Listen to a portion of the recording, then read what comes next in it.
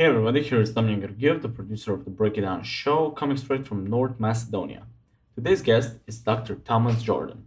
He is a clinical psychologist and psychotherapist, and for the last 33 years, he's been helping thousands of people and couples enjoy their relationship throughout the years.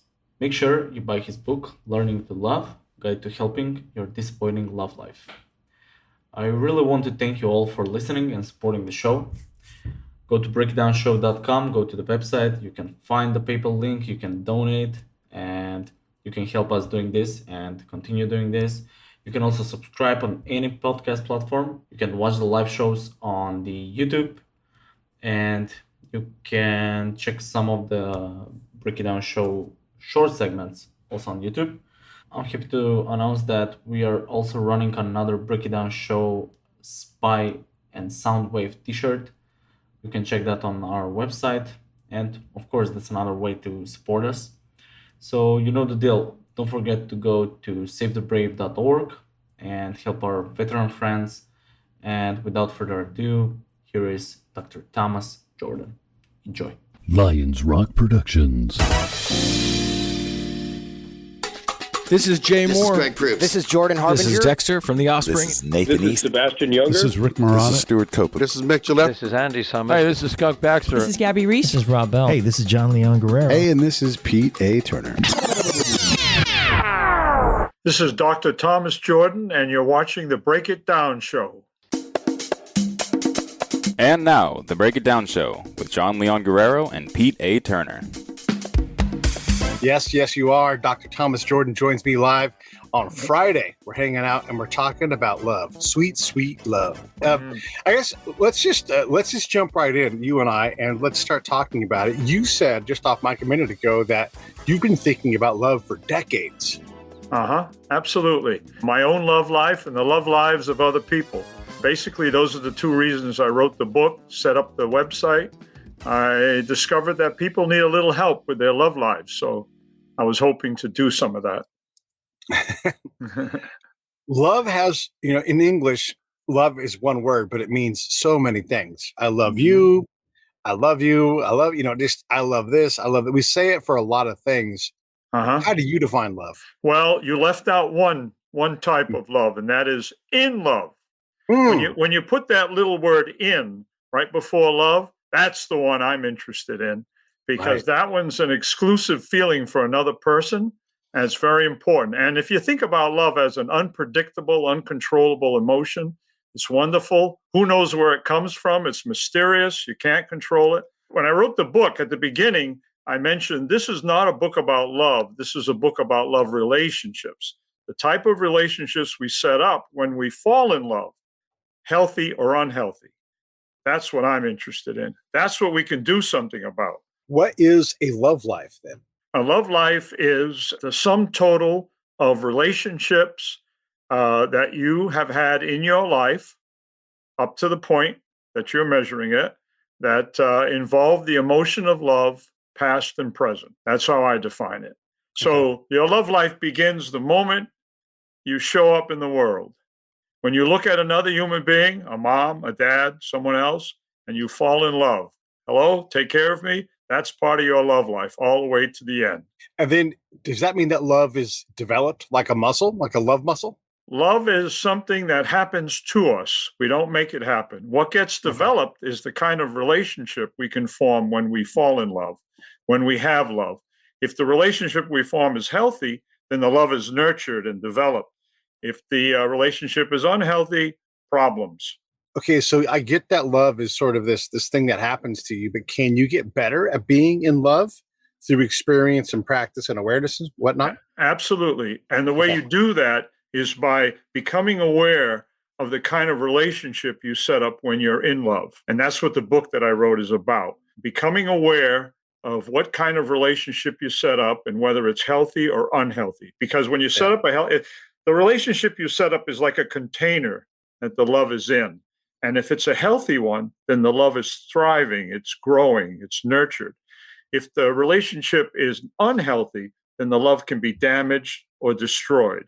So it's really important to become aware of what kind of relationship you set up when you're in love. And the idea that I throw out in the book to help people with that is what I call the psychological love life. It's the love life we carry around in our minds that determines the kind of relationship we set up when we fall in love.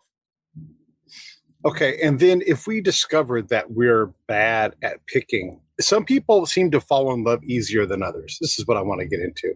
They close a relationship out and then all of a sudden they're in love again. Is love more sticky for some people? The way it's sticky is if you're setting up a relationship that's unhealthy when you fall in love and you have unresolved hurt about those disappointments, it is possible to interfere with new love when it comes your way. And there are plenty of people, too many people, that avoid love, sort of given up on love because they have unresolved hurts that are in the way, that form a barrier to new love. So that's a problem. In my book, I talk about the problem that I looked at the most was repetitive love life disappointments. That's where people make the same mistakes over and over again. Same kind of people, same familiar problems, same disappointing outcomes. And if you've had enough of those, you get to the point where you reach resignation, give up on love. And I discovered that there were a lot of people with that problem, resignation, because on my blog, I wrote an article about it, and there were a lot of great commentary about how tough it was to let go of that feeling of giving up on love. If you fall in love, is it the same quality of love every time? I mean, I think you can timeline it, like when you're just like crazy, stupid, getting lost in your way to like home, you're like just so distracted with it. But then you find out a month later, 6 months later, 20 years later that, the love has changed, has turned. Is it possible to fall into love, but have it be still ultimately a bad love? You're talking about the excitement of the beginning. Right. Yeah. Where there's a lot of desire and a lot of attraction. You don't really know the person you're falling for quite yet, perhaps. And so that feeling is really a motivator to get together. It's Mother Nature's way of making something happen. What people do with that emotion is the next step. Some people mess it up. They go in for the moment and then they back out and run away for the next one. Their lives are littered with changing partners because they don't want it to get any deeper. It's hurtful, perhaps, if it gets too deep in their memory. And then there are people who nurture because they take the in-love experience and they move it to relationship. And once your love experience becomes mingled with relationship, you're interested in preserving it. You're interested in growing it. That you're on your way to a healthy love relationship when you do that. Yeah. Okay. Yeah. I track all that. I'm sort of thinking of sort of grasping for the question I want because it's interesting. You can fall into what is infatuation, I guess you would say, right? You can fall into infatuation and maybe realize that you're really not in love anymore. And not even because of damage, just because it's just not a good match. Like it worked out in the moment, but it doesn't have the long-term kind of sustainable love that you would need to be with someone. Right. And so we either stay and we tough it out because we have kids, because leaving is harder than staying or whatever it is. But is that a form of low quality love then? I mean, because ultimately you care about the person, like if you're with someone for 60 years, are you always in love with them or have you just survived, Well, people say to me, I love so-and-so, but I'm not in love with them all the time. I mean, that's what you tell a therapist, Right. And that makes a difference. When they put the little word in before love, I know this is special. Infatuation, I wouldn't necessarily move that to the love category quite yet. Okay. I think you can be sexually attracted to people, infatuated with them for physical and or personality reasons, and not really be in love or have love feelings. So there's a lot that interacts with love. There's the pattern of relationship, which is my special interest. There's also maturity. Maturity comes into it. But I think most of the problems are, what I discovered is most of the problems are in the form of the relationship that gets created. If it's unhealthy, for example, I made a list in the book of unhealthy relationship experiences that tend to get into people's love lives without awareness. And that's the important point, is that we can learn these things unconsciously. Things like if you suffered an abandonment when you were a child, if you experienced abuse, for example, between your parents, or there was neglect, or a lot of self-centeredness in your family of origin, these kinds of experience often enough get into our love lives and become repetitive. People will go looking for someone who has commitment problems and not really know that they're doing that. And they're doing it because of the dirty word I'm about to say. You ready? Yeah, right. Hit me with it. Familiar. Ah, And yes. the core of familiar is family. So familiar can be a good thing or a bad thing. If familiar is telling you to go after abusive partners or neglectful, unavailable partners, then that's the blueprint that's in your mind that's going to be repetitive in your love life until you mess with it, until you become aware that this is happening. And in my book, I talk about, because these things are learned, I talk about a simple and very effective way to mess with it called the unlearning method.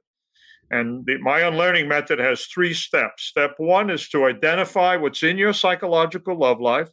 Step 2 is to disrupt it once you become aware that it's unhealthy and how it's unhealthy. And the third step is to practice the opposite. If you were brought up in a home, for example, that was abusive, you practice respect and you expect respect from your partner. And you build that into your expectations. So you're, in a sense, steering your love life in a new direction. When you're talking about practicing respect and you've been raised in an abusive home, how do you develop that ability to do it? I mean, it's one thing to say it, but here I am. I'm trying to learn how to live with respect and trust, and I just Uh-huh. don't have those tools. How do you develop that stuff, man? Yeah. Well, writing a book is only a beginning. And Right. some people, believe it or not, they read a book, they can make change. And I'm interested in the book as a guidebook, and that was my initial purpose in writing it, is to provide people with something that they could follow. And there are actually steps in the book to do that. But I expect that there'll be a lot of people who'll need a little more support than just what's available in the book.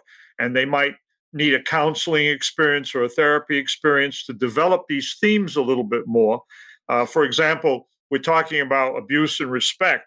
When you talk about respect and understand how the lack of it is unhealthy, you develop a sensitivity to respect. You review your relationships and find out that there wasn't a lot of respect in those relationships. So the the consciousness, the being aware that respect's important, the understanding that comes with it, develops that sensitivity. So people go into their love lives, they go into their dating life, they go into their love life with different expectations about what they should find and what kind of a love life they should have. So that's the kind of sensitivity that comes as a consequence of having the consciousness now that something needs to be corrected in your love life.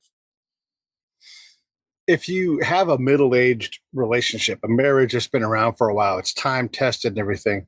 How do you, I mean, you love each other, but how do you maintain that relationship? You got kids, you got work, you got a pandemic going on.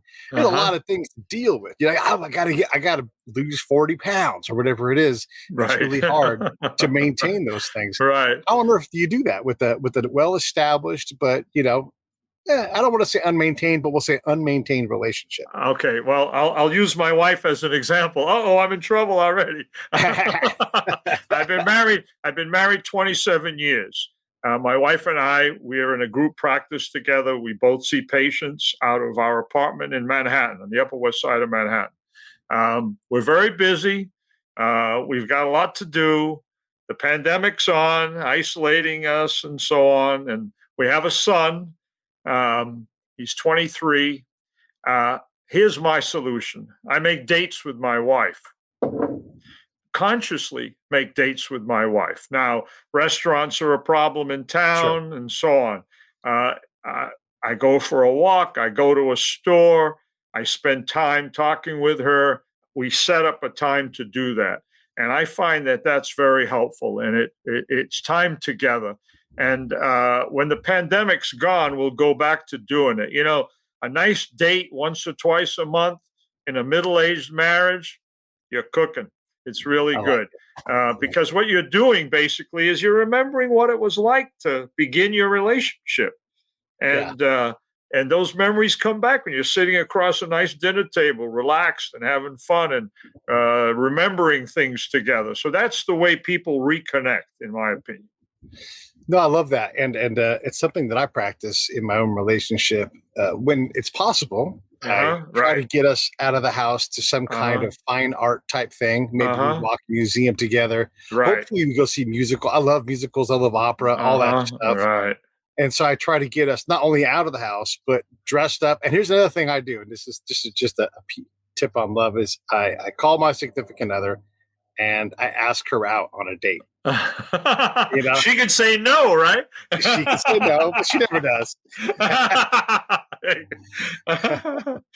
But I love to do that because it is, and then I act like I'm, oh gosh, I hope she says yes, that kind of thing. Yeah. And then she'll be in the other room, and then I hang up, and I'm like, yes.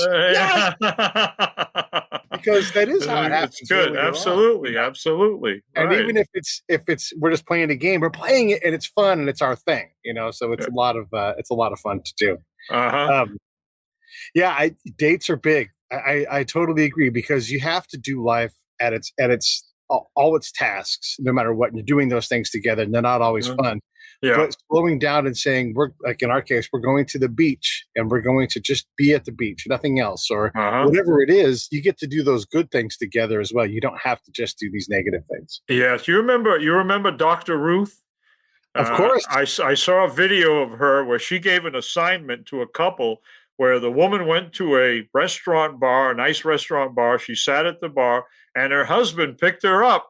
And he came to the bar and he eyed her and he came over and talked to her. And then they went home together.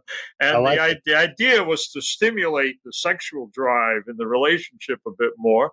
And these people were having problems with that. So that was one procedure she offered them. That was interesting. Yeah, absolutely. Here's another one. Double date. Just get one of your buddies and say, hey, grab your wife. Let's go out. And look, if you're a dude, you should take your woman dancing, because I don't know a woman that doesn't love to dance.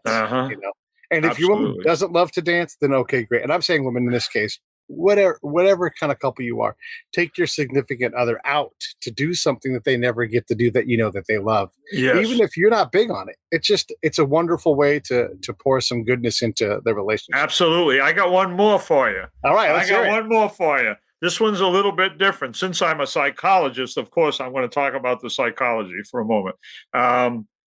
Plan a little time to listen to your wife's memories about her life. You sit down with her and you listen to something she remembers about something she did, maybe you don't know about. Maybe it's a recall that she's never told you about, and she remembers the details and you listen to them. And as a byproduct of that experience together, you get to know your wife more deeply. She feels more intimate with you because you've listened to the experience that she's told you about. And you can do vice versa on that one.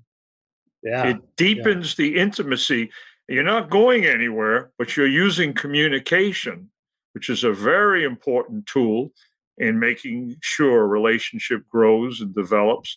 You're using that in order to do something new, something different. What about physical contact? Do you try to make some, because when you're flirting, you're touching an elbow or whatever, Yes. How do you use that to maintain a relationship? Well, tenderness is communicated by touch. And I'm not talking sexualized touch. I'm talking about intimate touch. Intimacy, sometimes when you say the word intimacy, people think of sex, but I think intimacy is much broader than sex. Sex is a wonderful gymnastic activity, best done when you're in love with somebody. That's beautiful. But intimacy is the emotional connection you have with somebody. It's the togetherness, the mutuality, the exchange of information between two people, the getting to know each other. That's the territory of emotional intimacy. So I believe touch, touching somebody when you're speaking to them, when you're in love with them, is a way of communicating connection to that person. It's beautiful. Yeah, yeah, touch. Music, same thing. Same thing. Same thing. Very primitive. Any particular kind of music that you think that creates the stuff? I mean, there's certain, obviously, people that sing certain songs have words, memories attached to them. I mean, that for sure, that part of it is real. But like, you can have a song that's your song, whatever. But what else about music makes it? I mean, yes, it's Yeah. hardwired in. But talk about that. I'm 67 years old. My wife is 62. I have a range of music on my computer, right? And if I'm playing a song from the 70s, my wife is in the door. Now, she's a bit of a singer. She's she's moving around. She's singing. She remembers the songs. She used to sing in a group. So that's a moment. And I'm back there in the 70s too, because that was a great decade for music. And so Yes. we're jiving together, and that's a connection right there. Those connections, are they cumulative, do you think? I mean, do you stack up a benefit that you can found on, or do you have to always rebuild, or I don't know, recondition, or how would you describe it? I think you have to do both. I think there's a building, because that's the nature of intimacy. Intimacy is something you grow. So there's a certain amount of repetition and making sure there's growth in a relationship. But I think there's new things that have to be found to keep the relationship growing as well. So I like both ideas, cumulative, as well as looking for new experiences together. Okay. When you find a new experience, whatever it is, you go to a museum, you go to new artwork, you go to a concert, you encounter something new about someone you've been living with for so many years. And it's great. I mean, people are endless, they're not limited. And when you're in love with somebody, that little word again, people can open up their individuality to you if you're open to it. And that's a beautiful thing. Sharing individuality with someone. When my wife and I took this apartment, I realized that her independence and my own were two very important features in our relationship. So I have my office next to her office, but my space, my man den, and her woman den, very different, and they're exclusively our own. And that's something that I really enjoy in our relationship, because I kind of see it as an umbrella. That's our relationship with two individualities nestled underneath it. So I think making room for a person to have their individuality, their unique individuality in the relationship, is a wonderful way to acknowledge a person and to help love grow. John, who's a co-founder, co-host of the show, but not here today, asks, how do we get our significant other to try new hobbies together? What if one of us likes it and the other one doesn't? And I guess I would add on to this, what if John is in a band, his wife is not in a band, and so she loves it and everything, but she doesn't have to be there for all of it. So how do you not create jealousy or other problems because one of you is off doing what they love and the other person is, I don't know, cleaning the house instead, or whatever? Not that it's not equitable, but how do you maintain that? So hobbies. Yeah. It's two parts to your question. The second part is more difficult than the first. I'm recalling, I like road bikes.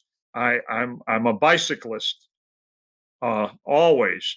And when we got married, I said to my wife, Victoria, that 50-pound clunker you're riding on? Let me buy you a nice carbon bike and something real light and helmet and the shoes and the whole nine.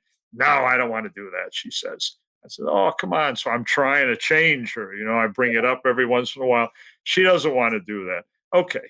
So I ride with her, but I'm always interested in going a little faster, blah, blah, blah, So at one point, I give up. This is what I do. That's what you do. So I continued riding my bike, occasionally with other people, often alone. It was fine. One day she says, I want a bike like yours. Yes. Wait a minute. I thought, you want another new 50-pound clunker? No, I want a bike. I want a helmet. I want the shoes. And I had to think about that. When I was trying to get her to change, forget it. Resistance, resentment, don't change me. But when I enjoyed what I was doing in her presence, she became interested in it, not defensive. Looked at it a bit and thought, maybe I could do that as well. Maybe I should join him. And so I found, and I talk about this in the book too, because I think trying to change people is one of the ways in which people cope with problems in a relationship, and it doesn't really work. In 30 something years of practice, I haven't met anybody that changed anybody else. People change because they want to change from the Right. inside out. The second part of your question, somebody doing something as dynamic as being in a band and so on, playing music, and the other person washing dishes or cleaning the house. Boy, I reacted that there's a problem there. Because the person washing the dishes is not going to be that happy with what's going on. And you'd want your significant other to enjoy some of the creativity of music making and so on. So that's a little bit more of a problem. What pops into my head is I'd make sure my wife tells me what she likes to do, and I'd be in the audience for that right away. Yeah. Okay. All right. In other words, we'd balance it off that way. Yeah. What if your partner is someone who's just more of a homebody and their hobby is something as, I don't know, we'll say mundane as watching TV or reading a book? And then the other half is like, I need to go out and play these drums or play this guitar or sing into this mic. And, nothing crazy is going to go on. They're not going to go on to become superstars, but they're going to play local bars and everything, because it's what they love to do. And then your thing is sitting at home reading a book. Can the person in the band, they want them to come out and participate, but it's just not their thing. How do you deal with your own insecurity? Like if your significant other loves reading books and that's what they want to do, and you want to leave them alone during their time, what do you do about that when it's a drastically different balance? They're still a good couple, but there's two things come into my mind. When you're bordering on incompatibility, that could be a problem. You want to be careful with that. Incompatibility means I like things that are so drastically different than you, we don't find much common ground. And that could be a problem. I think that type of problem can be consciously handled by participating with the other person's enjoyments, whatever they are. If my wife likes to read and doesn't like to do what I want to do, I'd make sure that I read her the book she's reading as well and get a chance to talk about it with her so she can feel our connection and not feel like my activities make us distant and unrelated. So that would be the way I'd handle that problem. I would do it consciously. I would figure out how to participate in my wife's interests, predicting that my activity distant from her, she's sitting on the couch watching TV, would be a problem in the future. Yeah. I'd want to head that one off at the pass, if you know what I mean. Yeah. I don't want my wife saying incompatibility. That word's another dirty word, Yeah, I fell out of love. Yeah. And we're talking about your book, Learn to Love, Guide to Healing Your Disappointing Love Life, and Dr. Thomas Jordan. And I think it's interesting when we look at love and how we think about it. Again, it's such a multifaceted thing. Who do you go to learn about love and how it works, how it flows, so that you can help other people channel it in the way that it needs to go? Or is it even channelable? I don't know. I learned a lot about love in my personal therapy experience as part of my training. I'm a psychologist as well as an analyst, a psychoanalyst here in New York, and I'm on the faculty of NYU postdoc. And I graduated from that institute. That's specialized training beyond psychologist. So my analyst, as part of that training, was someone who I think understood love in a very significant way and understood the relationship between learning and love, which is something I developed for the purposes of writing the book. So he showed me a lot about my love life. In fact, one of the inspirations for writing the book was some of the changes I made in my own love life. Because I grew up in a home with a mom that was a bit on the depressed side, unhappy, dependent, and controlling. And I learned that that is what to expect in my love life. So I found people who were dependent and controlling, or I assumed they were dependent and controlling, because that's the template I had in my mind, until he pointed out to me that I was using this blueprint and looking for something that would probably make me very unhappy in my love life going forward. And it was at that point that I backed away a little bit to understand what was going on inside of me that was manufacturing that pattern over and over again. And I made some significant changes in my love life. And it wasn't too long after that that I got married. To an independent, not controlling woman.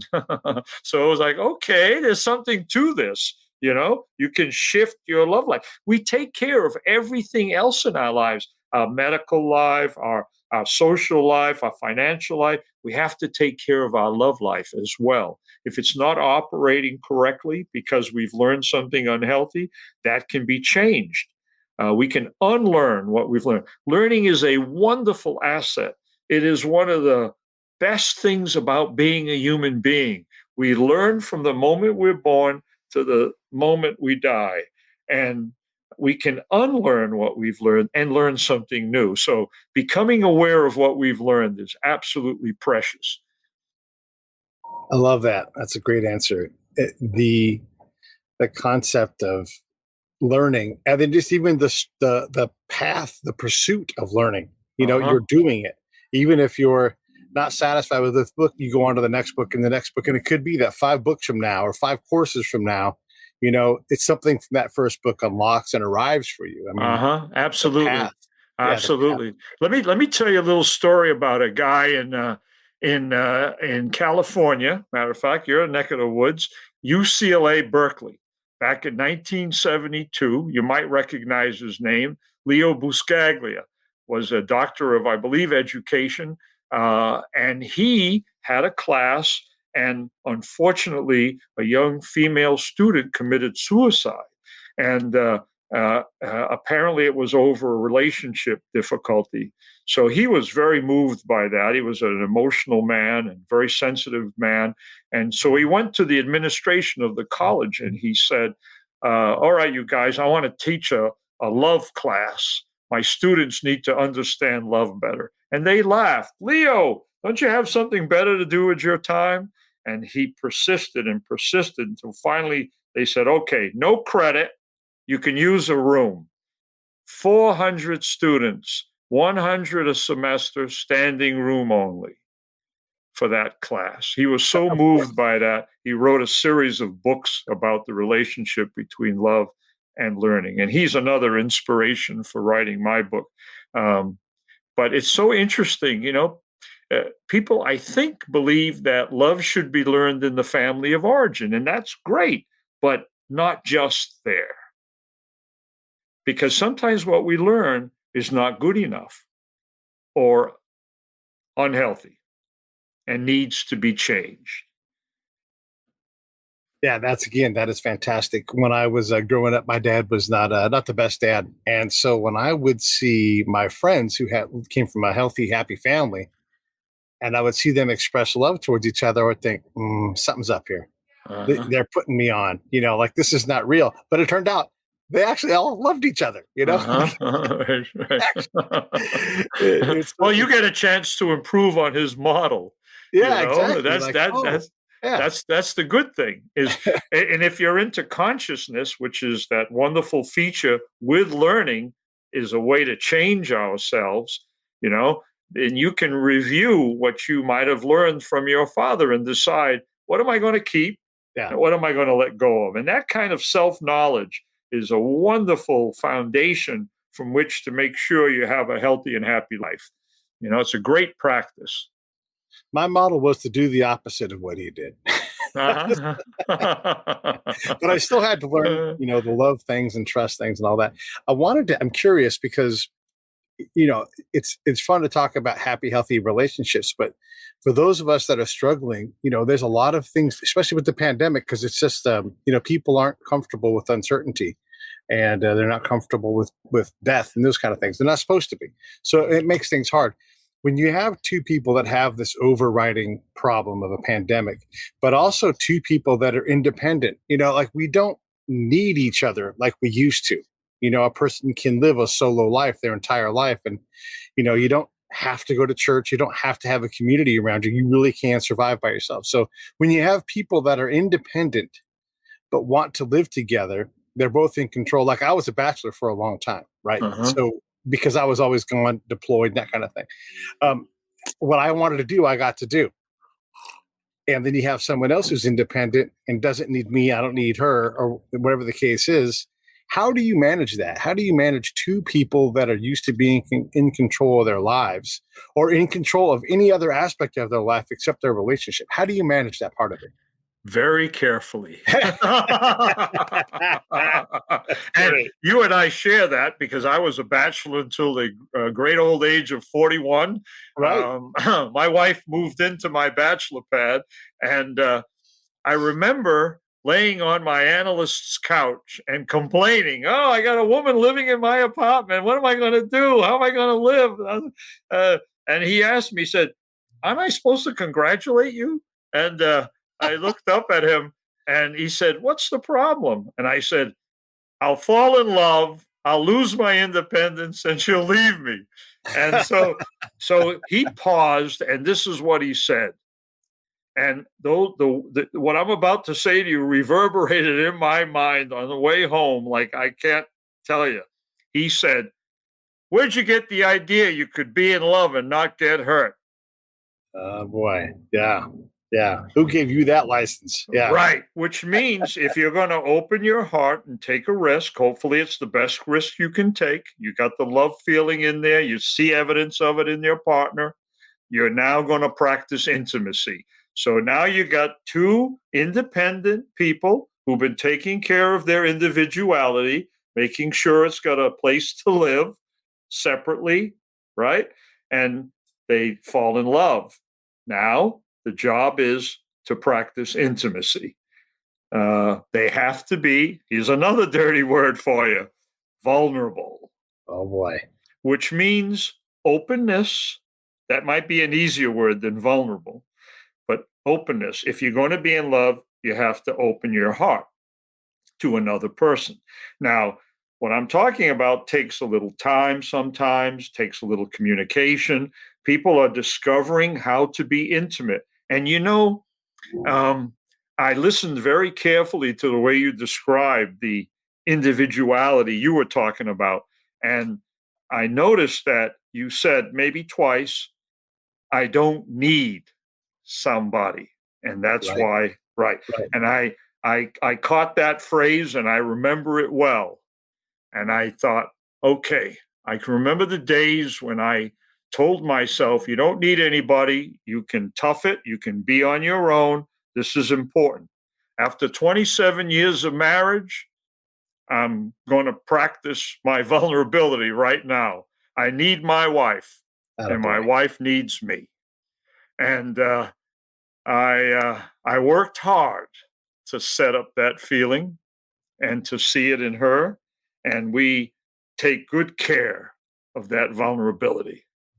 And that's something we develop together. We're still individuals. I still have a lot of independence. I mean, that story I told you about separate offices and so on, and the bicycle story, I kind of illustrate that. But Yeah. there's a place where we both meet and we nurture that place, and there's need in it. You know, there's things about her that I need in my life, and I think she'd say the same thing to you in her own words. We recently had on Daphne Maxwell Reed, who is Tim Reed's wife. Tim was Venus Flytrap on WKRP, if you remember that show, and has been an actor for years, Frank's Place. And then she also was an actress, or is an actress, and she was one of the moms on The Fresh Prince of Bel-Air. And she said that her and Tim worked together all the time. Tim would direct, she'd get a part. And then over time, they decided they didn't want to do that. They wanted to keep their business lives, for the most part, separate because they had different goals, different things that they wanted to do and accomplish. And they couldn't do that if they were, always tied to the other's project. And so they started working separately, to the point of having completely separate offices. And you don't come to my work without letting me, like very strict boundaries for what they wanted. And she says that they are even more in love now than ever before because they have this thing like, this is mine. This is where I exercise who I am, and I'm passionate about this, but it doesn't have to include you. It doesn't not include you. We're going to do our things separately, but we don't have to be on top of each other professionally. Yes. And when you say, I don't have to include you, the word that popped into my mind is secure. Yeah. When you feel like you can be your individuality under the umbrella of the relationship and your partner can do the same, you're together because you want to be, not because you have to be. You're together because you're drawn to each other. It's real. It's not based on insecurity. Unfortunately, insecurity can be a problem in certain relationships where people are together because they don't trust that the other person will be committed, for example, if there's a separation that takes place in day-to-day life. So that could be a problem. Developing the sense of security where you allow your partner to have maximum freedom to be themselves nurtures love, grows love. Right. It's basically trust, as you said earlier. It's basically trust. That's a very powerful feeling that develops the in love emotion when you have it. If you've got a partner who's insecure, you're not doing anything wrong day to day like that. So when I was working in Iraq and Afghanistan, I had a girlfriend that was jealous, and she would have these wild conclusions as to what I was doing. And I'm like, if I was here, you would be so bored because all I do is work. I'm not out at parties.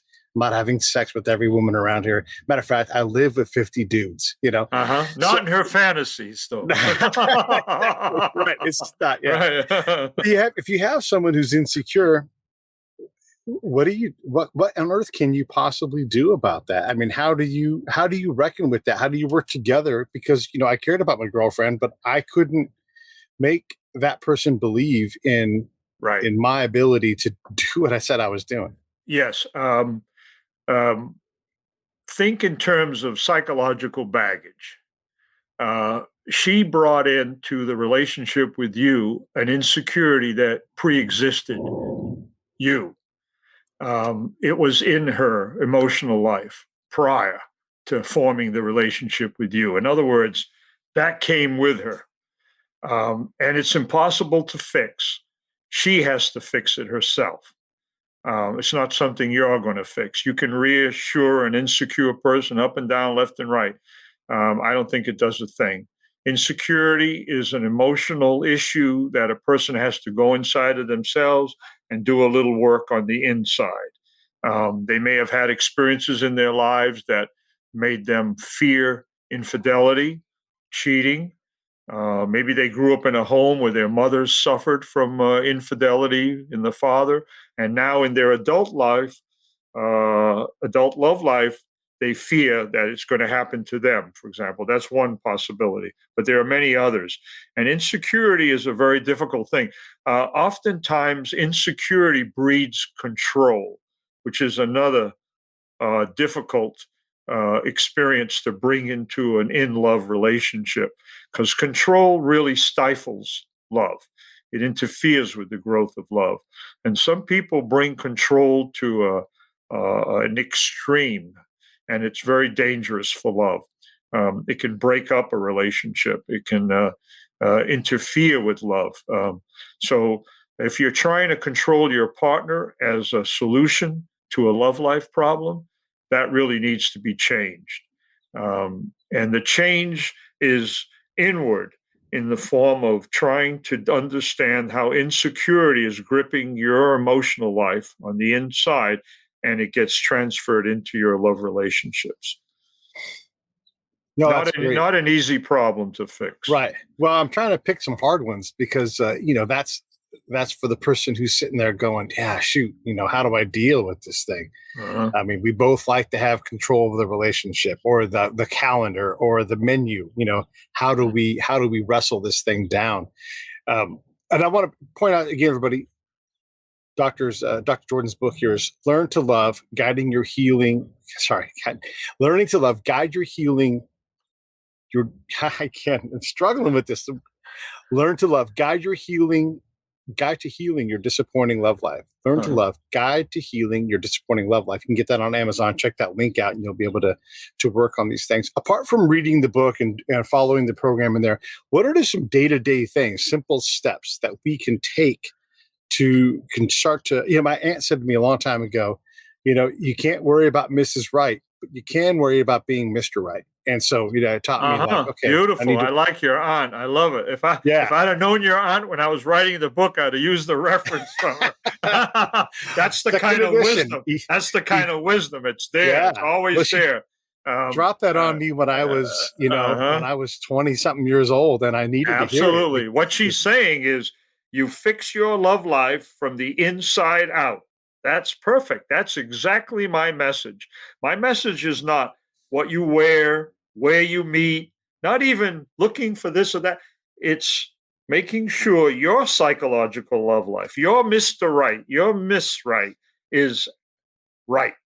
Right means it's healthy. What you're bringing to the table is healthy. If it's unhealthy, that means you're going to form a relationship that's going to get in the way of finding a healthy love relationship.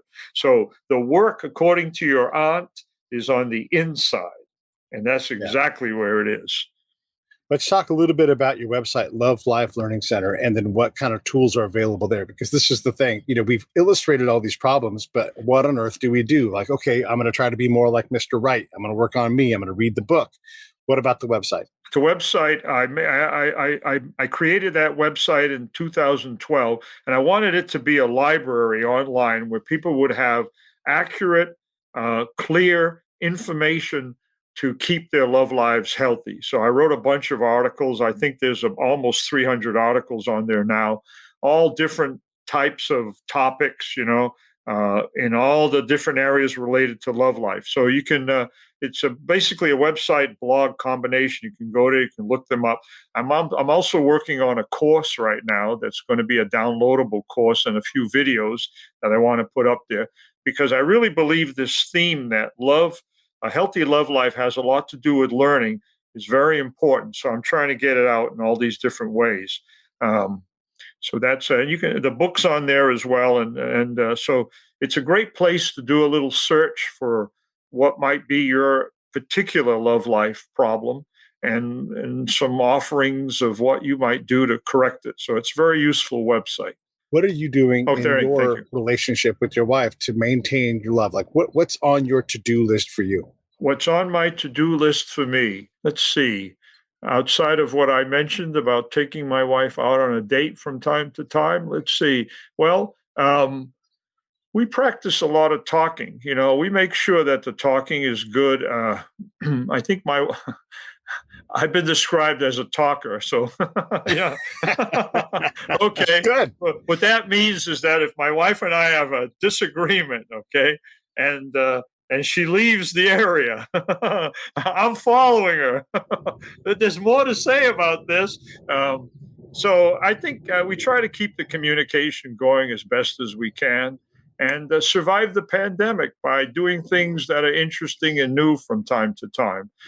We also, we have a little advantage that we work together, and she and I talk shop, which we both love. I believe my wife is an excellent therapist, and we work together. So at times we supervise each other, and that's very interesting. I love my job, I love my work, and she loves her work. So when she talks about an interesting patient she might be having difficulty with, I enjoy and honor that, and I might do the same with her, and we help each other out. And so we've developed a bit of a practice together over the years. It's been a while now, and that helps us as well. It's a partnership that I think of it as a partnership. But I want to say one other thing that you fill my head with ideas here. I want to say one other thing that's very important. If you asked me what's one of the most important thing, what would be one of the most important things about a love relationship and keeping it healthy, I would say this is Tom Jordan's personal view. Make sure you're friends with the person you're in love with. Smart. And the reason I say that is friendship is a wonderfully underrated word in the romance department. Why? I'm not sure. There's so many nice qualities in that word friendship: honesty, openness, loyalty. Friends describe friends as, and I've heard people say this to me in a session. I say, "Oh, did you tell your husband about that?" No, I tell my girlfriends about this stuff, not my husband. Wait a minute, what do you mean you don't tell your husband? The idea that you can have a romantic relationship that's not a friendship, that's a problem in my mind. Friendship imports so many great qualities into a love relationship. So if you have friendship and love, you've got the world, as far as I'm concerned. That's a lot. And friends, when you've got a true friend, you keep that relationship healthy. You check in with that person, you give them honest feedback. You listen when they talk about stuff that's problematic. You bring all those wonderful tools that develop intimacy, because friends can be intimate, emotionally intimate. And that's what true friendship's about. So you bring that and you add it to romance. Boy, oh boy. Now, I added another one: partnership. Partnership is when you work together with your wife or husband on something, and that adds another dimension. But love and friendship, boy, oh boy, that's a great combination in and of itself. Yeah, that's great. Partnership. I mean, life together is a partnership, especially as you get older and you really do need one another. I love all these things that you're saying. One of the things too that I try to do, and I'm not the doctor here, you are, but I try to express. But you have the aunt. You have the aunt. I have the No small stuff there. You know what? I don't know that I've told her. I might have told her along the way, but this advice when I was 30 years old, right? So I should send this episode to her and let her know what an impact, because I've always thought about that. But one of the things that I practice is appreciation and admiration. Like if my significant other says something professionally that's just wonderful, I let her know, like, that is so powerful. When you say these things, you're such an authority on these things. And I try to, make that physical contact whenever I can to appreciate, like one of us usually makes breakfast. Usually it's her, but sometimes I make it. But I always try to express my appreciation for these simple things, because it's wonderful to have coffee and breakfast together. And it's easy to forget about that, but we slow down and we do these things. And those are some of the things that we do in my life, is just slow down from time to time and express that admiration and appreciation. What's the most recent really wonderful thing your wife has said to you? My mother's 95 years old and she survived COVID-19. That is wonderful. Yes. Yeah. So this is Dr. Tom Jordan. He is a specialist in love, and we love love on the Break It Down show. So I hope you guys all can appreciate this. You should definitely get his book, Learn to Love, Guide to Healing Your Disappointing Love Life. One try that time, Dr. Jordan. I cleared my head. Anything love will do that to you. I started thinking about love. Yeah. So anything you want to say in closing? I mean, obviously, everybody should go to the website. Here's the link for it. If you're on the podcast side, all this stuff will be in the show notes. Check it out. Look, we're all in some kind of relationship, even with best friends or family or whatever. We're always trying to figure out how to take care of one another. Here's a great way to do it with someone who's specialized in love for decades. Anything you want to say in closing, Tom? Two things. One is, if you want a quick tip, I would say if you see a repeating pattern in your love life, something that's happening over and over again, that's a good clue that maybe it's time to pay attention to what's going on in your psychological love life. That would be number one. Number 2 is, I thoroughly enjoyed this interview 100%. Thank you for inviting me. Yeah, Thank of course. you for inviting Yeah, me. The freely associative quality of it is absolutely wonderful. Well, I love that. I love hearing that. Yeah. Oh, and by the way, anybody who's listening, Dr. Ruth is still alive and still has wonderful gems. Listen to whatever she says or write because she is smart. She is super smart. You can't help but learn from that lady and from Dr. Jordan.